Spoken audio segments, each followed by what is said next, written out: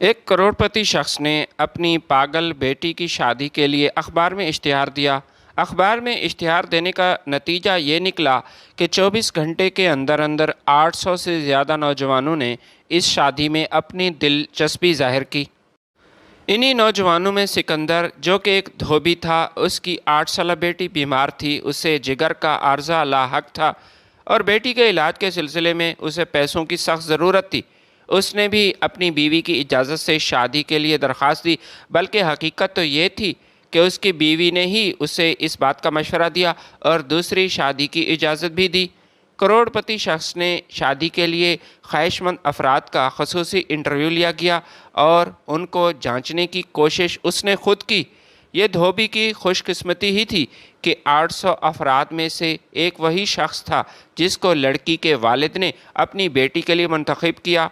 سکندر نے ابھی تک لڑکی نہیں دیکھی تھی، لڑکی گھونگھٹ میں ہی تھی جب اس کا نکاح ہوا۔ شادی کی پہلی رات جب اس نے لڑکی دیکھی، خاصا پریشان ہوا۔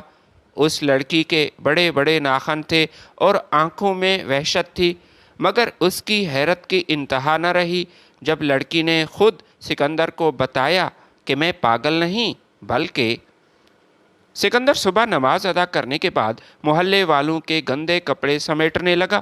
یہ اس کی روٹین تھی۔ کپڑوں کو ایک گٹھڑی میں ڈالا اور پھر اپنے پھٹیچر موٹر سائیکل پر وہ دھوبی گھاٹ کی طرف روانہ ہوا۔ راستے میں ایسے کئی خیالات تھے جو اسے پریشان کر رہے تھے۔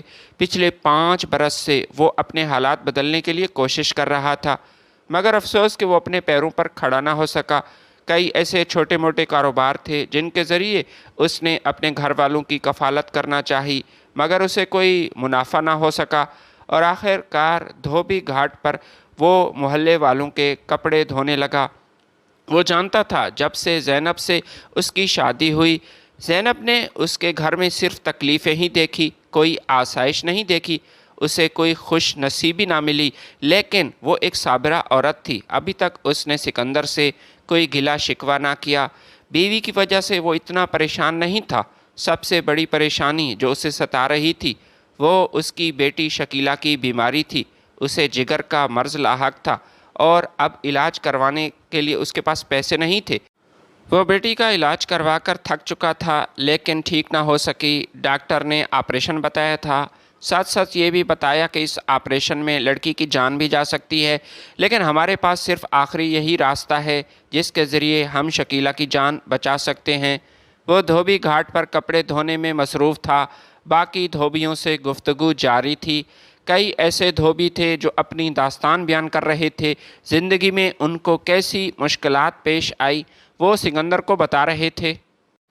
لیکن سکندر نے کبھی کسی کو اپنے بارے میں نہیں بتایا، حالانکہ لوگ جانتے تھے وہ بیٹی کی وجہ سے کتنا پریشان ہے، لیکن اس کی یہ عادت نہیں تھی۔ وہ کسی کو بھی اپنے گھر کے حالات نہیں بتاتا تھا، نہ پریشانی بتاتا، نہ ہی خوشی کی بات۔ کپڑے دھوتے ہوئے اچانک ایک سفید رنگ کی قمیض اسے بھاری محسوس ہوئی۔ اس نے جیب میں ہاتھ ڈالا تو ایک بٹوا تھا۔ بٹوا کھول کر چیک کیا تو اس میں 5,000 کے 10 نوٹ تھے۔ 50,000 کی رقم اس کے لیے بہت بڑی رقم تھی۔ وہ بہت خوش ہوا۔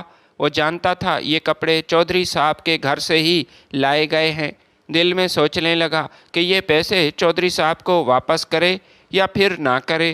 گھر کی مجبوریوں کی طرف اس نے غور کیا تو اس نتیجے پر پہنچا کہ چودھری صاحب کو کون سی پیسوں کی کمی ہے، اس کے پاس تو اللہ کیا دیا ہوا سب کچھ ہے، لیکن ان پیسوں سے کم از کم میں اپنی بیٹی کا بہترین طریقے سے علاج تو کروا سکتا ہوں۔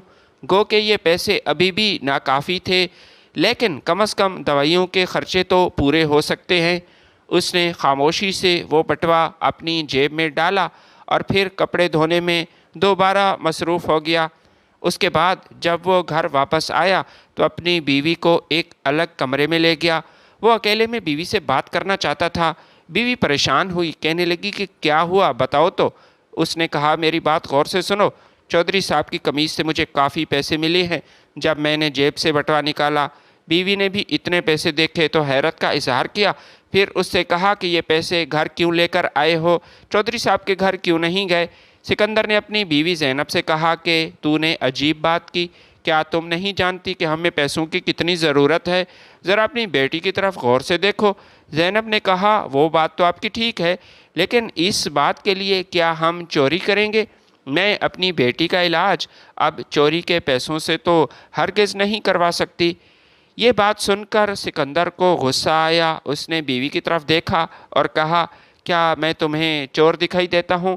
کیا یہ پیسے میں نے چودھری صاحب کے گھر سے چرائے ہیں؟ تم جانتی ہو کہ ہم دونوں کے لیے کتنی بڑی آزمائش ہے، ہم کتنے پریشان ہیں۔ ہو سکتا ہے اللہ تعالی ہماری مدد کرنا چاہتا ہو، اس لیے یہ پیسے خود ہمارے پاس آئے جیسا کہ ہماری قسمت میں لکھے تھے۔ وہ اپنی بیوی کو قائل کرنے کی کوشش کر رہا تھا، لیکن زینب نے اس سے کہا کہ وہ یہ پیسے ہرگز نہیں لے گی۔ آپ ابھی جائیں اور یہ بٹوا چودھری صاحب کو واپس کر کے ہی گھر واپس آئیں۔ میاں بیوی میں کافی تکرار جاری رہی اور وہ چپ چاپ گھر سے واپس چلا گیا۔ سوچ رہا تھا کہ کیا کرے، اس کا ارادہ تو یہی تھا کہ یہ پیسے چودھری کو واپس نہیں کرے گا، لیکن بیوی کے رویے نے بھی اسے پریشان کیا۔ اسے اس بات کی امید تھی کہ زینب اس کا ساتھ دے گی، ہاں میں ہاں ملائے گی، لیکن ادھر تو معاملہ بالکل برعکس تھا۔ خیر وہ مجبوراً چودھری صاحب کے دروازے پر آیا۔ منشی نے اس سے پوچھا کہ کیا بات ہے؟ اس نے کہا کہ چودھری صاحب سے مجھے بات کرنی ہے۔ وہ اس کی بیٹھک پر چودھری کا انتظار کرنے لگا۔ تھوڑی دیر ہی گزری تھی کہ چودھری قیوم اپنی بیٹھک پر آیا۔ اس نے کہا کہ چودھری صاحب، آپ کے کپڑے میرے پاس تھے، آپ کے کپڑے دھونے کے لیے مجھے دیے گئے تھے۔ قمیض کی جیب مجھے بھاری محسوس ہوئی، جب میں نے چیک کیا تو یہ بٹوا ملا۔ اس نے وہ بٹوا چودھری کے حوالے کیا۔ چودھری نے جب بٹوا چیک کیا تو اس میں پورے 50,000 روپے تھے۔ اس نے سکندر کا شکریہ ادا کیا اور کہا کہ تم نے تو مجھے حیران کر دیا، میں تو سوچ بھی نہیں سکتا کہ کوئی شخص اتنی بڑی رقم بھی واپس کر سکتا ہے کیا؟ اس نے سکندر کو انعام کے طور پر 5,000 روپے کا نوٹ دیا۔ سکندر گھر واپس آیا۔ اس کی بیوی ابھی بھی کافی اداس تھی۔ ایسا محسوس ہو رہا تھا کہ وہ سکندر پر ناراض تھی۔ اس نے اپنی بیوی کو منایا اور کہا کہ میں نے وہ پیسے واپس کر دیے، اب تو خوش ہونا، جیسا تم نے کہا، جیسا تم چاہتی تھی میں نے تو ویسا ہی کیا، لیکن انعام کے طور پر مجھے یہ 5,000 روپے چودھری نے دیے، اگر کہو تو یہ بھی واپس کر دیتا ہوں۔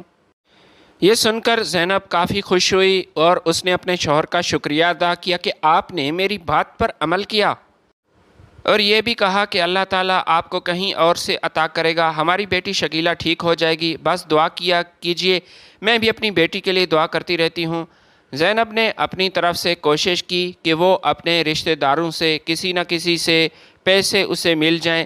زینب کی 5 بہنیں تھیں، جبکہ اس کی 4 بہنوں کی شادیاں بڑے بڑے خاندانوں میں ہوئی تھیں۔ ویسے تو زینب ایک خوددار عورت تھی، کبھی زندگی میں اس نے کسی بہن سے مدد نہ مانگی، حالانکہ اس کی ساری بہنیں یہ جانتی تھیں کہ ان کی بھانجی بیمار ہے، اور زینب بھی اسی انتظار میں تھی کہ اس کی بہنیں خود بخود اس کے گھر آئیں، ان کے حالات کو دیکھیں اور ان کی مدد کریں، مگر افسوس ایسا نہ ہو سکا۔ لیکن اپنے شوہر کے کہنے پر اس نے اپنی بہنوں سے مدد بھی مانگی، ان سے یہی کہا کہ اللہ تعالیٰ نے آپ لوگوں کو بہت عطا کیا ہے، میری بچی بیمار ہے، مشکل کی اس گھڑی میں چاہتی ہوں کہ آپ ہماری مدد کریں تاکہ شکیلہ کا بہترین طریقے سے علاج ہو سکے۔ مگر افسوس کہ چاروں بہنوں سے اسے مایوسی ہی ملی، ہر ایک بہن کے دروازے پر وہ گئی لیکن پھر خالی ہاتھ ہی واپس آئی۔ اب سکندر نے اپنی طرف سے بھی کوششیں جاری رکھیں، ایسے دوست جو اس کے بہت زیادہ قریبی تھے اور جو بھائیوں سے بھی زیادہ عزیز تھے، ان کے پاس گیا، مدد کے لیے کہا، مگر ایسا کچھ نہ ہو سکا۔ میاں بیوی دونوں خالی ہاتھ رہے اور لوگوں کے رویوں پر وہ کافی حیران ہوئے، جو بظاہر بڑے ہمدرد بنتے تھے، لیکن جب آزمایا گیا تو ہر قسم کی آزمائش میں وہ ناکام رہے۔ سکندر اپنے کمرے میں ہی بیٹھا تھا، وہ دھوبی گھاٹ سے واپس آیا تھا، اپنی بیٹی شکیلہ کے سر پر پیار سے ہاتھ پھیر رہا تھا، جبکہ شکیلہ سو رہی تھی، منہ سے اسے تسلی دے رہا تھا، دل ہی دل میں رو رہا تھا، اپنے آنسوؤں کو چھپانے کی کوشش کر رہا تھا۔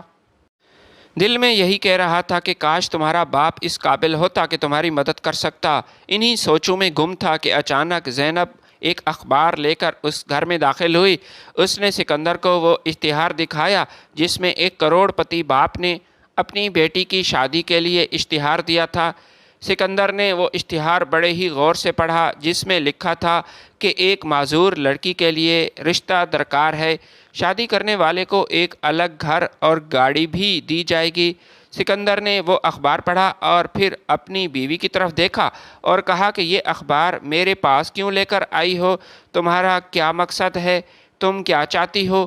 زینب نے اس سے کہا کہ آپ بھی اس شادی کے لیے درخواست دے دیں، اپنی قسمت آزمائیں۔ لڑکی کا والد کروڑ پتی شخص ہے، وہ خود مختلف قسم کے نوجوانوں سے ملنا چاہتا ہے، ان کو پرکھنا چاہتا ہے کہ کون اس کی بیٹی کے لائق ہے۔ میں آپ کو اس بات کی اجازت دیتی ہوں کہ آپ کم از کم اس بات کے لیے کوشش تو کر سکتے ہیں۔ سکندر نے اپنی بیوی سے کہا کہ عجیب بات کر رہی ہو، ایسے کیسے ممکن ہے؟ اور ایسے جو لوگ کروڑ پتی بننے کی خواہش میں وہاں جائیں گے مجھ سے زیادہ پڑھے لکھے ہوں گے اور خوبصورت بھی ہوں گے، جبکہ میں ایک دھوبی ہوں، غریب ہوں، میرے پاس کپڑے بھی نہیں جو کسی کو متاثر کر سکوں۔ زینب نے اپنے شوہر سے کہا کہ تم کسی سے کم نہیں، دل کے سچے ہو، کوشش کرنے میں کیا حرج ہے؟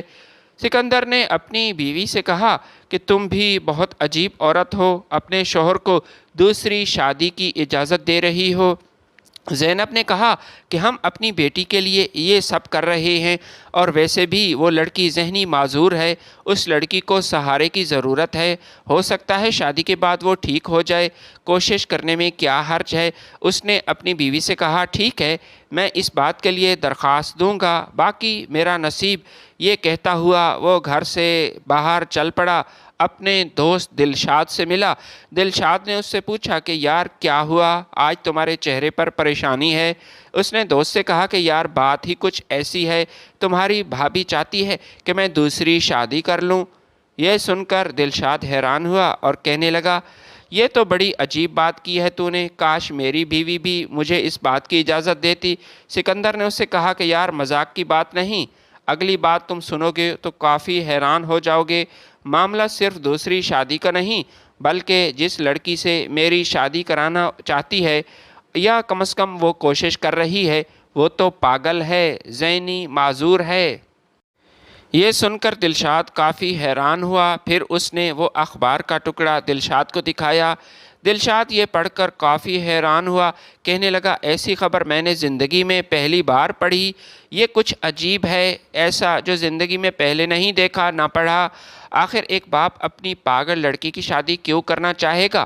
کون سا ایسا پاگل شخص ہوگا جو اس شادی کے لیے رضامند ہو جائے گا؟ سکندر نے اپنے دوست سے کہا کہ تمہاری بات تو ٹھیک ہے، لیکن پیسہ کئی لوگوں کی مجبوری ہے اور کمزوری بھی ہے۔ کچھ لوگ اپنا مستقبل بہتر بنانے کے لیے یہ شادی کی کوشش ضرور کریں گے، اور کچھ میرے جیسے مجبور لوگ بھی ہوں گے جن کے پاس پیسے نہیں اور پیسوں کی ضرورت ہے۔ دلشاد نے کہا خیر جو بھی ہو، میں تو ایسا بالکل نہیں کروں گا۔ لیکن وہ گھر گیا، اپنی ماں کو وہ اشتہار دکھایا، پھر اپنی ماں سے کہنے لگا کہ ابا نے جو غلطیاں کیں، جن جن لوگوں نے ابا کو بے وقوف بنایا اور پھر پیسے ادھار لیے، لیکن 4 سال ہو چکے ہیں وہ ادھار واپس نہیں کیا، اور جو لون ابا نے بینک سے لیا ہم اپنی زندگی میں یہ نہیں چکا سکتے۔ یہ ایک کروڑ پتی شخص ہے جو اپنی بیٹی کی شادی کرنا چاہتا ہے، میرا دوست بھی اس کے لیے درخواست دے رہا ہے، کوشش کر رہا ہے، تو میں ایسا کیوں نہیں کر سکتا؟ حالانکہ وہ تو شادی شدہ ہے اور اپنی بیٹی کے لیے یہ قربانی دے رہا ہے۔ اس کی بیوی زینب نے بھی اس کو اس بات کی اجازت دی ہے۔ میں بھی چاہتا ہوں کہ کم از کم کوشش تو کروں، ہو سکتا ہے یہ مال و دولت میرے حصے میں آ جائے۔ یہ سن کر دلشاد کی ماں بھی حیران ہوئی اور پھر اپنے بیٹے سے کہنے لگی کہ بیٹا تو واقعی بہت عجیب ہے، تمہیں سمجھنا مشکل ہے۔ کچھ دن پہلے تو میرے پاس آیا تھا، مجھ سے کہا تھا کہ مجھے ایک لڑکی پسند ہے، اور پھر شازیہ کی تصویر دکھائی، ان کے گھر والوں سے مجھے ملوایا، اور اب اچانک تجھے کیا ہو گیا؟ ایک پاگل لڑکی سے شادی کے لیے راضی ہے، اور اب شازیہ تمہیں بھول گئی؟ بیٹا تو بھی حیران کر دینے والا ہے۔ دلشاد نے ماں سے کہا کہ ماں بات ایسی نہیں، میں شازیہ سے بھی بات کروں گا، حقیقت ان کے سامنے رکھوں گا۔ وہ میری مجبوری کو سمجھنے کی کوشش کرے گی۔ پھر اس نے شازیہ سے بھی ملاقات کی۔ شازیہ کو جیسے ہی پتہ چلا تو اس نے اس بات کے لیے انکار کیا، بلکہ اس سے تو غصہ آیا اور منگنی کی انگوٹھی اتاری، دلشاد کی ہتھیلی پر رکھ دی اور کہا کہ مجھے تم جیسے گھٹیا شخص سے یہ امید نہیں تھی۔ آج ایک پاگل لڑکی کے لیے تم شادی کے لیے تیار ہو کیونکہ وہ مالدار ہے، کل جب مجھ سے شادی ہو جائے گی تو اس بات کی کوئی گارنٹی نہیں کہ تم میرے ساتھ وفا کرو گے، بلکہ تم ایک بے وفا شخص ہو۔ منگنی کی انگوٹھی لے کر وہ واپس آیا اور کہا کہ میں نے اب شازیہ سے شادی بالکل نہیں کر سکتا۔ یہ ایک ایسی گھٹیا لڑکی جو میری مجبوری نہیں سمجھتی، وہ کل مجھے کیا سمجھے گی؟ تقریباً 800 سے زیادہ ایسے امیدوار تھے جنہوں نے شادی کے لیے درخواست دی تھی، اور لڑکی کا باپ افسند علی ہر ایک لڑکے سے ملاقات کر رہا تھا، ان کو جانچنے کی کوشش کر رہا تھا، ان سے گفتگو کرتا، ہر ایک لڑکے سے 15 سے 20 منٹ تک وہ بات کرتا، اور کئی دنوں تک اس طرح امیدواروں کے انٹرویو جاری رہے۔ انٹرویو دینے کے بعد کئی لڑکے اس پر ہنس رہے تھے کہ بے وقوف انسان، ایک تو تمہاری بیٹی پاگل ہے، لیکن انٹرویو ہمارا ایسے لے رہے ہو جیسے کہ تمہاری بیٹی کوئی CSS آفیسر ہو، بہت ہی ذہین ہو اور خوبصورت ہو، جبکہ حقیقت تو اس کے بالکل برعکس ہے۔ ایسا اتفاق ہوا کہ دلشاد اور سکندر دونوں ہی ایک ساتھ بنگلے کے باہر موجود تھے، ایک دوسرے کو دیکھ کر حیران ہوئے۔ سکندر اسے دیکھ کر حیران ہوا اور اپنے دوست سے وہ نظریں چرا رہا تھا۔ سکندر نے اسے کہا کہ یار، مجھ سے کیوں نظریں چرا رہے ہو؟ میں تو ایسا نہیں کہ دوستی ختم کر دوں، لیکن تم یہاں انٹرویو دینے کے لیے کیسے آ گئے؟ تم نے تو کہا تھا کہ میں ایسی لڑکی سے شادی ہرگز نہیں کر سکتا۔ دلشاد نے سکندر سے کہا کہ یار، جس طرح تو مجبور ہے، میری بھی کچھ مجبوریاں ہیں، میں بھی مجبور ہوں، بلکہ میں سمجھتا ہوں کہ یہاں آئے ہوئے ہر شخص کی کوئی نہ کوئی مجبوری ہوگی، کوئی شوق سے پاگل لڑکی سے شادی تو نہیں کرنے والا، جبکہ میں نے تو سنا ہے کہ وہ دکھنے میں کافی خوفناک دکھائی دیتی ہے، جس کے بڑے بڑے ناخن ہیں اور اس کے بال بھی عجیب ہیں۔ میرے باپ کے کچھ غلط فیصلے تھے جن کی وجہ سے مجھے یہ فیصلہ کرنا پڑا۔ مجھ پر ذمہ داریاں ہیں، گھر کی بہت بڑی ذمہ داریاں ہیں، ایک بوجھ ہے۔ میں اپنی ان ذمہ داریوں کو پورا کرنے کی کوشش کر رہا ہوں۔ اسفند خان کی ان سے ملاقات ہوئی اور اسی طرح 10 دن تک یہ انٹرویو کا سلسلہ ایک دن ختم ہوا۔ تقریباً ایک ہفتے بعد اسفند خان نے سکندر کو کال کی اور اپنے بنگلے پر بلایا۔ وہ ڈرا ہوا سہما ہوا بنگلے میں داخل ہوا، جہاں پر اسفند خان کے اتنے زیادہ ملازم تھے اور گھر میں رہنے والے صرف 2 افراد تھے، جن میں ایک باپ اور ایک اس کی پاگل بیٹی شامل تھی۔ اسفند خان نے اس سے ملاقات کی اور کہا کہ میری بیٹی کا خیال رکھنا اور اسے دھوکہ دینے کی کوشش مت کرنا، بلکہ اس بارے میں سوچنا بھی نہیں، ورنہ میں تمہیں جان سے مار دوں گا۔ میرے بڑھاپے پر مت جانا، میرے ہاتھ کانپتے ہیں، میں بوڑھا ہوں، لیکن آج بھی 30 سال پہلے جیسا ہی ہوں۔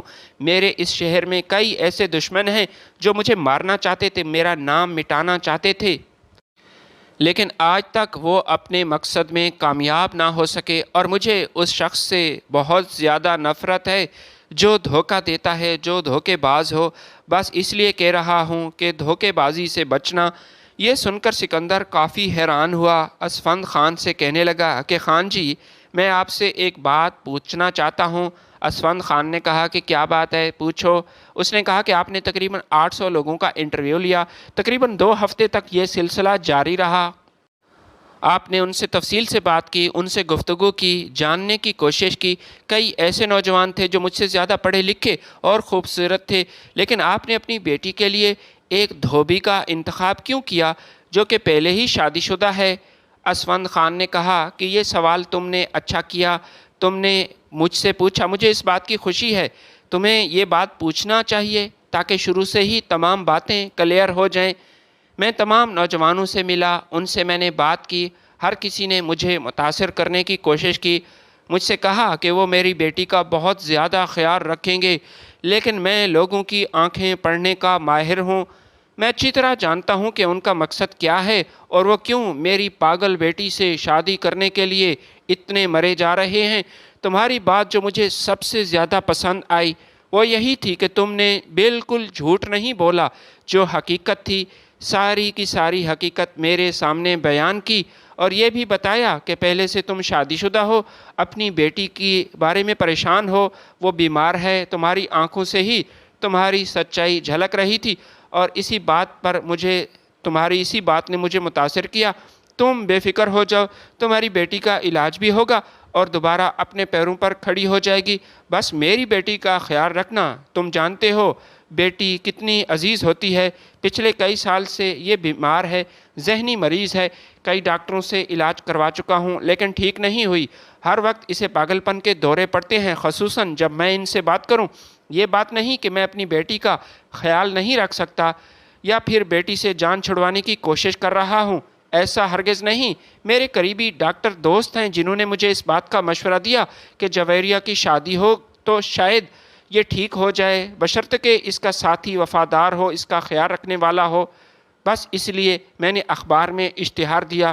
سکندر نے اسفند خان سے کہا کہ مجھ سے جو ہو سکا میں ضرور کروں گا، جویریہ کا خیال رکھوں گا اور میں اپنی بات پر بالکل قائم ہوں۔ بڑی ہی سادگی کے ساتھ جویریہ کا سکندر کے ساتھ نکاح ہوا اور جویریہ کو وہ اپنے گھر لایا۔ پہلی بار سکندر نے جویریہ کو دیکھا، اسے خوف محسوس ہوا۔ اس کی آنکھیں دیکھ کر کوئی بھی شخص خوف زدہ ہو سکتا تھا۔ اس کے بڑے بڑے ناخن تھے، حالت بگڑی ہوئی تھی۔ زینب خود اس کے پاس گئی، اسے اپنے گھر پر خوش آمدید کہا۔ کئی دنوں تک سکندر کے لیے یہ بہت بڑا چیلنج تھا۔ اسے یہی محسوس ہوتا تھا کہ اگر وہ جویریہ کے کمرے میں گیا یا پھر اس کے قریب آنے کی کوشش کی تو یہ اس پر حملہ کر دے گی، لیکن جب زینب اس کے کمرے میں جاتی تو وہ اس پر حملہ نہ کرتی، وہ پرسکون رہتی۔ لیکن سکندر کو دیکھتے ہی اس کے چہرے پر جلال آ جاتا، اسے غصہ آ جاتا، اور یہی بات سکندر کو کمرے میں جانے سے روکتی۔ زینب اس کا بہت زیادہ خیال رکھتی تھی، رات کو اسی کے ساتھ اسی کے کمرے میں سوتی، اس بات کی کوشش کرتی کہ اس سے بات کرے، لیکن جویریہ اس سے بات نہیں کرتی تھی۔ ہاں البتہ وہ زینب سے بالکل نہیں ڈرتی تھی، نہ ہی زینب سے اس نے کوئی لڑائی جھگڑا کیا۔ ایک دن زینب نے ان سے کہا کہ تمہیں پریشان ہونے کی ضرورت نہیں، میں جانتی ہوں یہ چھوٹا سا گھر تمہارے لائق نہیں، قابل نہیں، ہم غریب لوگ ہیں، تمہارے لیے اور سکندر کے لیے ایک الگ گھر بن رہا ہے، اور تمہارے باپ نے جو وعدہ کیا تھا وہ پورا بھی کیا، تم وہاں رہو گی سکندر کے ساتھ۔ یہ بات سن کر جویریہ خالی خالی نظروں سے اس کی طرف دیکھتی، لیکن وہ زینب کو کوئی جواب نہ دیتی۔ ایک دن سکندر اس کے کمرے میں آیا اور پھر جب واپس جانے لگا تو پہلی بار جویریہ منہ سے بولی۔ سکندر کو اپنی طرف بلایا، سکندر ڈرتا ہوا اس کے سامنے بیڈ پر بیٹھ گیا۔ جویریہ نے اس سے کہا کہ میں آپ کو ایک بات بتانا چاہتی ہوں، ایک ایسی بات جو کافی عرصہ سے میں سب سے چھپا رہی ہوں، لیکن اب آپ کو یہ بتانا چاہوں گی۔ حقیقت یہ ہے کہ میں پاگل نہیں، پاگل پن کے ڈرامے کر رہی ہوں پچھلے کئی عرصے سے۔ میں اپنے باپ سے بدلہ لینے کے لیے۔ یہ سن کر سکندر کافی حیران ہوا۔ جویریہ سے کہا کہ آپ اپنے باپ سے کس بات کا بدلہ لے رہی ہیں؟ جس پر جویریہ نے کہا کہ یہ ایک لمبی داستان ہے، لیکن چونکہ آپ میرے شوہر ہیں لہٰذا آپ کو سب بتاؤں گی، آپ سے کوئی بات نہیں چھپاؤں گی۔ اسفند خان یعنی میرا باپ 25 سال کا تھا جب اس کی بہن گھر سے بھاگ گئی تھی۔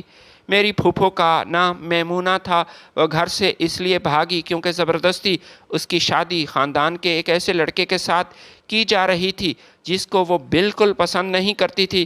اس نے اپنے باپ سے اس بات کی، لیکن اس کے باپ نے انکار کیا، الٹا اسے کمرے میں بند کیا اور اپنی بیوی سے کہا کہ میمونہ کو سمجھاؤ، اس کا دماغ خراب ہے ورنہ میں اسے جان سے مار دوں گا۔ جب میمونہ نے دیکھا کہ کوئی اس کی بات نہیں مان رہا اور اس کی شادی اسی کے کزن کے ساتھ ہوگی، تب اس نے گھر سے بھاگنے کا فیصلہ کیا۔ آدھی رات کو وہ گھر سے بھاگی تھی اور بھاگنے میں کامیاب بھی ہوئی تھی۔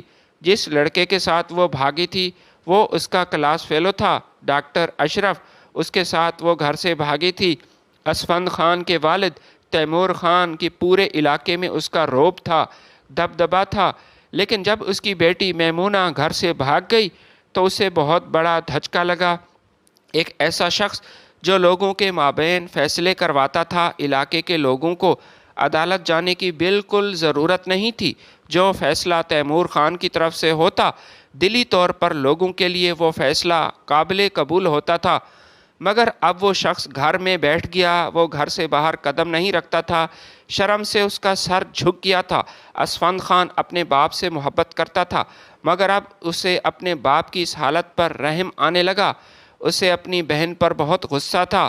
اپنے باپ سے اس نے وعدہ کیا کہ میمونہ مجھے جہاں بھی نظر آئی میں ان دونوں کو مار دوں گا، مگر باپ نے اپنے بیٹے کو منع کیا کہ کسی کی جان نہیں لینی چاہیے۔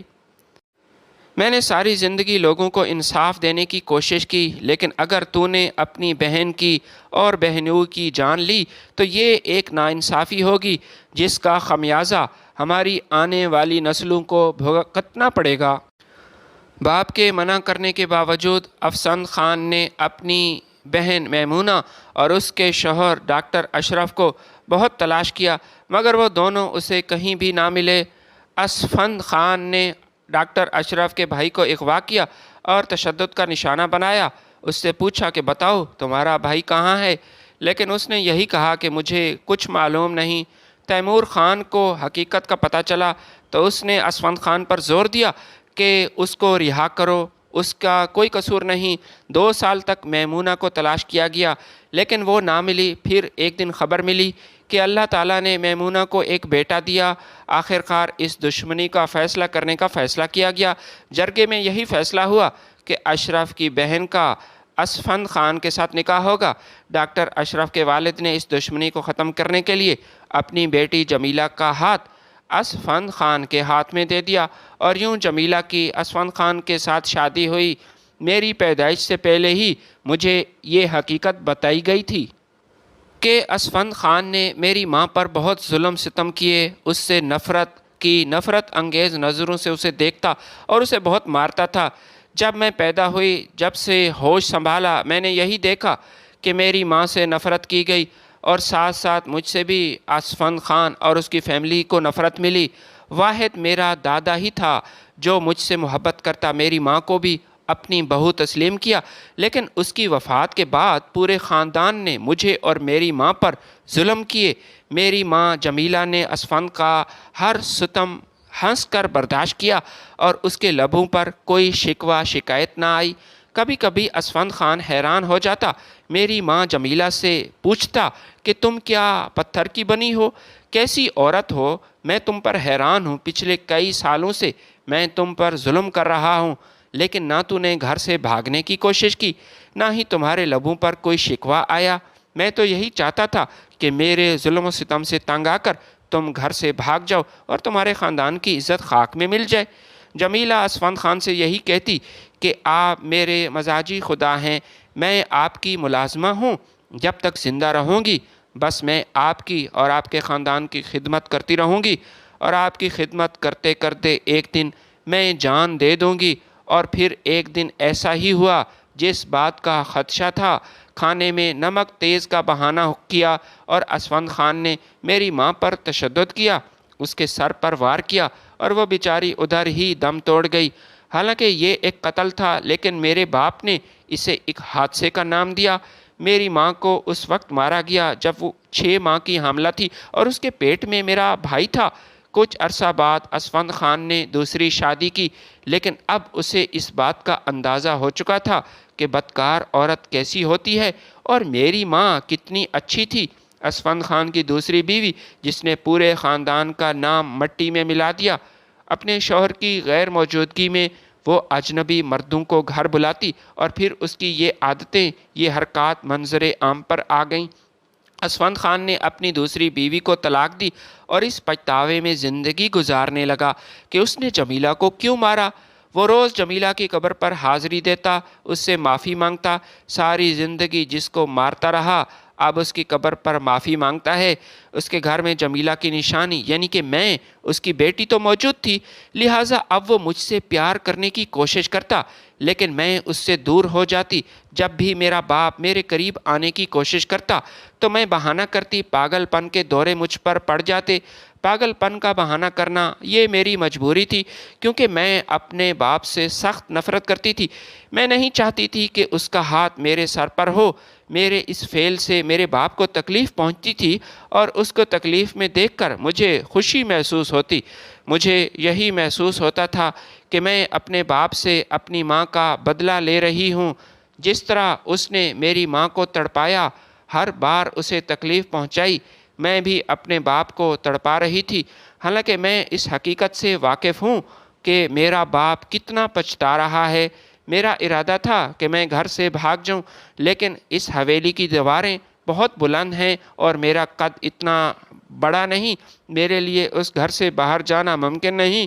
گھر سے بھاگنے کا مقصد بھی یہی تھا کہ میرا باپ بدنام ہو جائے، اسے تکلیف ہو۔ سکندر نے جب یہ سنا تو حیران ہوا۔ جویریہ سے کہنے لگا، جب تمہارا باپ اپنی غلطی پر پچھتا رہا ہے، دل سے شرمندہ ہے، تب تم اپنے باپ کو کیوں معاف نہیں کرتی؟ جس پر جویریہ نے جواب دیا کہ بہتر یہی تھا کہ ماں کی زندگی میں ہی وہ میری ماں سے معافی مانگ لیتا، اپنے جرم کو پہچانتا۔ لیکن جب انسان آپ کے ظلم و ستم کی وجہ سے مر جائے اور پھر مرنے کے بعد بندہ اس سے معافی مانگے، یہ کہاں کا انصاف ہے؟ سکندر جویریہ کو اس بات کے لیے قائل کرتا رہا کہ اپنے باپ کو معاف کر دو، لیکن وہ اسفند خان کو معاف کرنے والی نہیں تھی۔ اسفند خان جب بھی اپنی بیٹی سے ملنے کے لیے یہاں آتا، تب اسے پاگل پن کے دورے پڑ جاتے، اور اس نے اپنے شوہر سکندر کو بھی منع کیا تھا کہ میرے باپ کو ہرگز یہ حقیقت مت بتانا کہ پاگل پن کے دورے ان کے پیچھے آخر وجہ کیا ہے اور میں یہ ڈرامہ کیوں کرتی ہوں۔ کئی بار وہ دروازے پر آتا اور پھر واپس ہی لوٹ جاتا، کیونکہ جویریہ اپنے باپ کی شکل دیکھنا نہیں چاہتی تھی۔ آخر کار ایک دن جویریہ کو اس بات کی خبر ملی کہ اس کا باپ اسفند خان ہسپتال میں موجود ہے۔ اس کو دل کا اٹیک ہوا تھا، زندگی کی آخری سانسیں وہ ہسپتال میں لے رہا ہے۔ سکندر نے جویریہ سے کہا کہ باپ سے ملنے کے لیے چلو، لیکن اس نے کہا نہیں، میں کسی صورت نہیں جا سکتی۔ سکندر نے کہا ٹھیک ہے، میں خود جاتا ہوں، تم میرے ساتھ نہیں آنا چاہتی تو نہ آؤ۔ سکندر ہسپتال چلا گیا۔ بعد میں جویریہ کو اس بات کا احساس ہوا کہ اسے اپنے شوہر کی بات مان لینی چاہیے تھی۔ اس نے ایک ٹیکسی والے کے سامنے ہاتھ کھڑا کیا اور اپنے باپ اسفند خان سے ملنے کے لیے بھاگی۔ آج زندگی میں پہلی بار اس نے اپنے باپ کو دل سے معاف کیا تھا اور اپنے باپ کے لیے بے چین تھی، اس سے ملنے کے لیے جا رہی تھی۔ اس کے دل میں باپ کے لیے رحم تھا، مگر جب ہسپتال پہنچی تو کافی دیر ہو چکی تھی، کیونکہ اسفند خان اس دنیا سے جا چکا تھا، اس کی وفات ہو گئی تھی۔ بیٹی کے انتظار میں آج بھی اس کی آنکھیں کھلی تھیں، اور جب سکندر وہاں آیا تب بھی اس نے سکندر سے کہا کہ جویریہ کہاں ہے، اسے بلاؤ۔ سکندر نے جھوٹ بولا کہ جویریہ کی طبیعت ٹھیک نہیں، ورنہ وہ میرے ساتھ ضرور آتی، اور مرنے سے پہلے بھی اس نے سکندر کو یہی نصیحت کی کہ میری بیٹی کا بہت خیال رکھنا۔ جویریہ جب ہسپتال پہنچی تب اپنے باپ کی میت پر رونے لگی۔ آج پہلی بار وہ اپنے باپ سے ملنا چاہتی تھی، لیکن قسمت کو کچھ اور ہی منظور تھا۔ ویڈیو پسند ہے تو لائک ضرور کیجیے گا۔ اللہ حافظ۔